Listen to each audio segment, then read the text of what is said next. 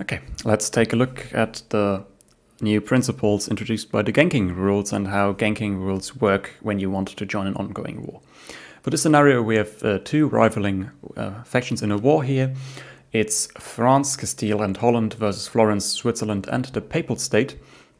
And they neatly drop into the same quarters, so there's the same set of quarters on each side. We have two tier 2 nations with Florence and France, two tier 3s with Castile and Papal State, and two tier 1s with Holland and Switzerland. So they both neatly end up at a slot cost of 6. You determine slot cost by adding up the nation's individual ally slot costs. Those are determined by the quarters. So you just get your quarters list and check for every nation. Okay, what's the slot cost? What's the slot cost? I think for your surrounding nations, it will be pretty easy to keep in mind what the quarters are and what the slot costs are.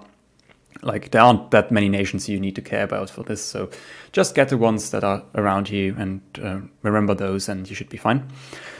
Now that we have this, we have 6 versus 6, so this war is balanced. No one can join any side. That's the most basic principle of this rule. You cannot unbalance balanced wars. Now let's go through a few scenarios here in cases where actually people could be joining.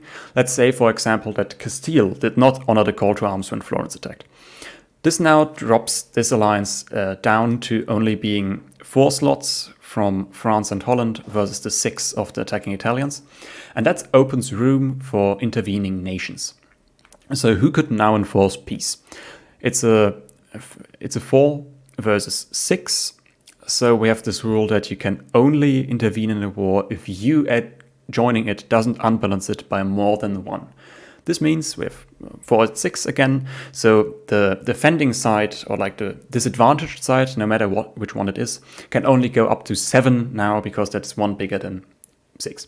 So the strongest nation that could be joining is one that takes up 3 ally slots, and for example, neatly fitting into that would be Austria.